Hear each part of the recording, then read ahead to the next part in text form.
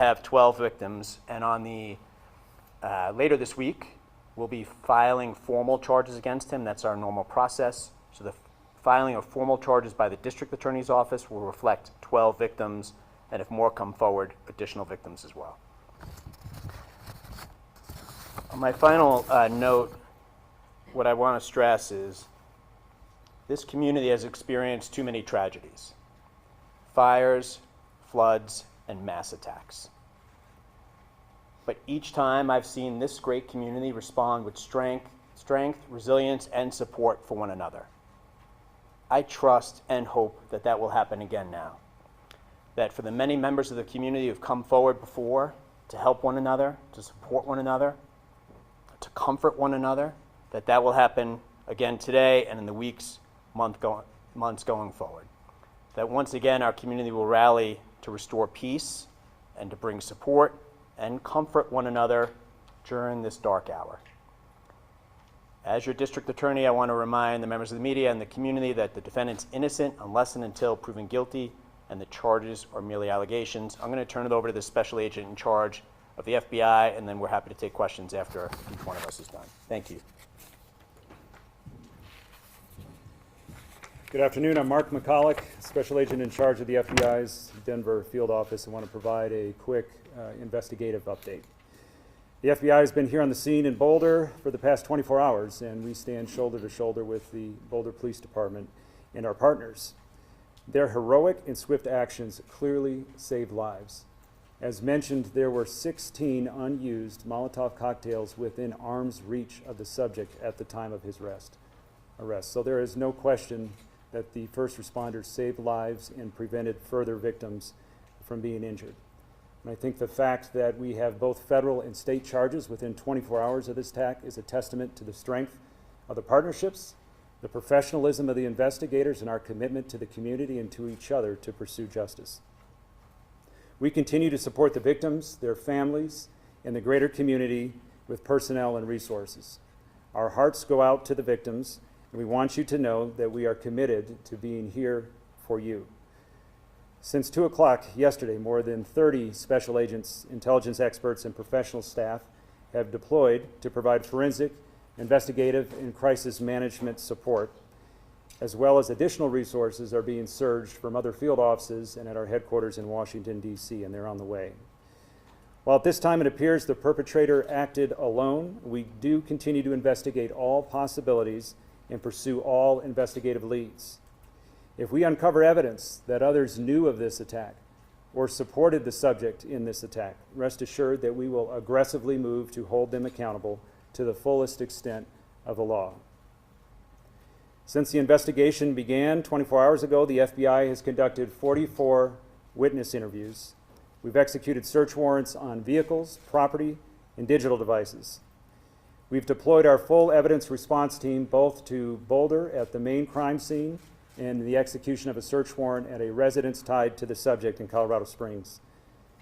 Members of the ERT worked through the night to gather all evidence so that the Pearl Street could swiftly be reopened this morning. We've deployed victim specialists to hospitals and assigned one to each and every victim that's been identified to date. We've set up a digital media tip line. We've deployed a mobile command post for information sharing and evidence control, and we continue to canvass for witnesses, additional victims, and camera footage. We ask that you call us at 1-800-CALL-FBI if you have any information about the events that transpired yesterday. If you saw something, if you heard something, if you have information, our investigators want to hear from you. If you have multimedia evidence, whether that is photos, social media posts, or videos related to the attack, please visit the site that we've established, and you can provide your information at fbi.gov/Boulder attack. We at the FBI are not tracking any credible threats to the Boulder community at this time. However, if you see something suspicious, we urge you to call 911. The FBI takes seriously its mission to protect the American people of the United States, both nationally as well as here and in Boulder.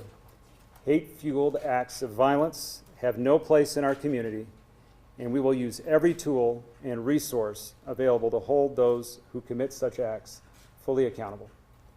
And I'll turn it over to Chief Redfern.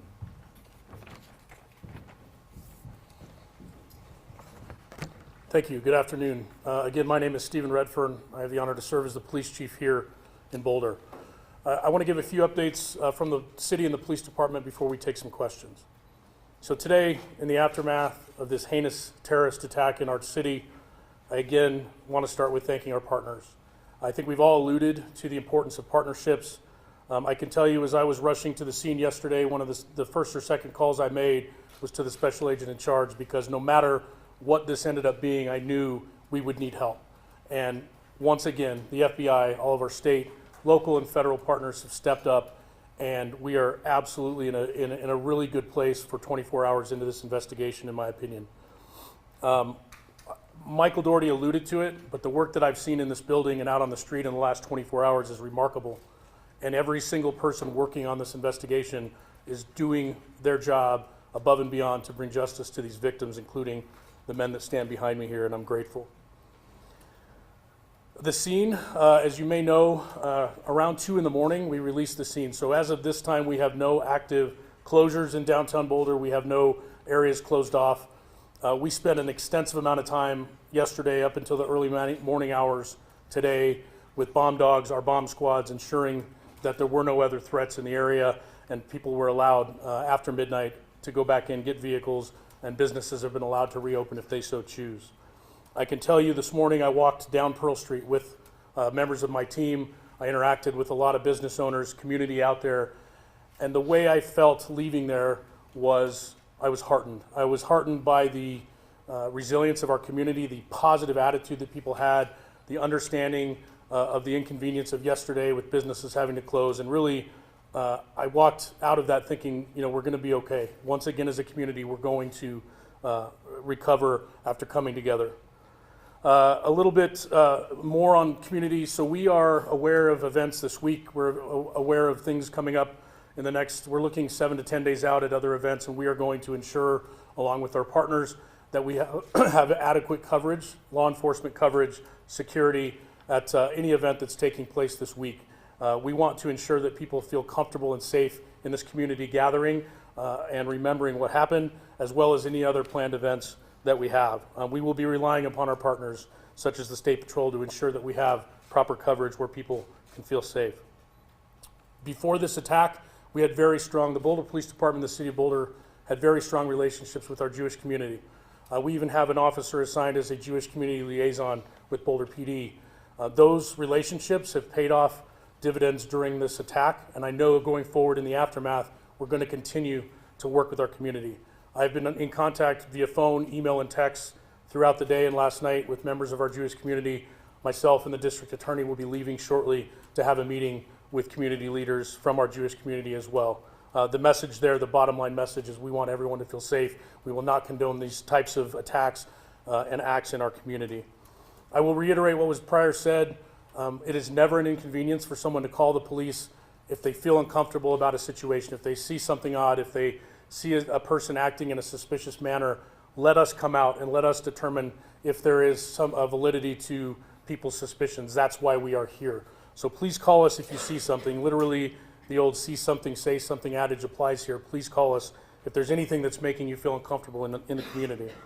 And lastly, I just want to say again, we have been contacted, the city and the police department from all over the world, with outpouring of support, messages of support, and I want to thank you. It matters. It makes a difference going forward. So I appreciate all of that. With that, I'm going to turn it back over to our public information officers for some questions. All right, I will try to call on people for questions, and I will repeat the question, hopefully, so everybody can hear it, and then turn it over to our experts for answers. Yeah, Tony. Chief, or anybody up there, do we have any new video showing how he walked in with these 16, 18, 19 Molotov cocktails? That's not a one-walk trip. Anything you've been able to discover to show how they got there? So the question is, do we have any new video evidence about how he entered the area with the Molotov cocktails he had? I'm behind you. Thank you for the question. We are, as I speak, we have teams of detectives partnered with FBI on Pearl Street, going business to business, door to door. That we're piecing together a timeline using video, license plate readers, all of those things, relying heavily on our federal partners. As of right now, I have not been made aware that we actually have video of him carrying anything into that area. Obviously, we're looking at that, and if someone were to have that video, please contact the 1-800 number that the special agent in charge mentioned, or you can contact us as well at BPD. There's a high likelihood it's out there, and I don't know the existence of it yet. Yeah, Dave? Yes, can you tell us any updates on the 8 original victims, and then any more information on the 4 people that you've identified as well? The question is if we can provide additional information about the 8 victims that we previously mentioned and the new 4 that came up today. Thank you. Regarding the victims, prior to this press conference, I received an update that we still have 2 victims in the hospital. I believe those are the 2 that were flown to University Hospital in Aurora. I believe the victims, the additional victims that we learned of today, the reason we didn't know about them until today was their injuries, thankfully, were more minor in nature. They've come forward to be interviewed and things, and then we realized that they did have injuries. So we're counting everyone who received any sort of injury in this attack in that number. So as far as I'm aware right now, 2 people still in the hospital, and again, our thoughts are with them as they recover. Yeah, right here. Hi. Do you know how many people were in the original peaceful march from the group that was there originally? So the question is, do we know how many people were participating in the group's peaceful march on Sunday? I do not have an exact number of the people that were there for the peaceful gathering. What I can say, though, is when we responded to the scene, there were probably 20 to 30 people in that vicinity. Some of them were witnesses. Not all of them were there specifically to take part in that weekly gathering, and so I don't know that. But in the area, we had 20 to 30 folks right there at the courthouse with a lot of other people coming and going with the businesses right there. Yeah, over here. For the U.S. Attorney, this was initially classified by the FBI as a terrorism investigation. Is the hate crime charge a terrorism charge, or did something change in the charging decision? So the question is for the U.S. Attorney's Office about the fact that yesterday terrorism was mentioned and we see a hate crime charge today, and can we explain that?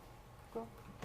Yeah, so we've moved swiftly to charge quickly just to send the message to the community that no acts of anti-Semitism are going to be tolerated and there are severe consequences. Just because there's only one charge that has been made so far doesn't mean that we're not considering other charges that could come in the future. Yes. Can we get some clarity, Chief? We're hearing UC Health says they have 3 victims there. Is it 3 or 2? Question is about victims at UC Health. I don't have that clarity that you're asking for regarding the number. We've been told 2. It's possible it's 3. We may be not having updates on if people have been released. We can absolutely follow up with that number. We can firm it up after this and put that out. In the back with the hat. Was there any prior knowledge of Solomon as a potential threat before yesterday? So the question is, was there any prior knowledge that the perpetrator was a threat?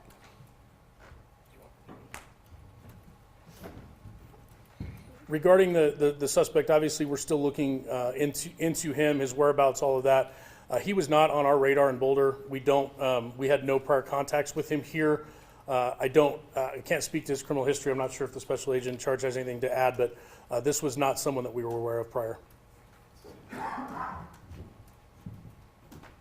Yes. Mr. Solomon has a wife, multiple children back in his home in Colorado Springs. Given his status as being here illegally for the last 2 or 3 years, is there any knowledge of how they've been cooperating and what happens to them moving forward given the situation for his citizenship?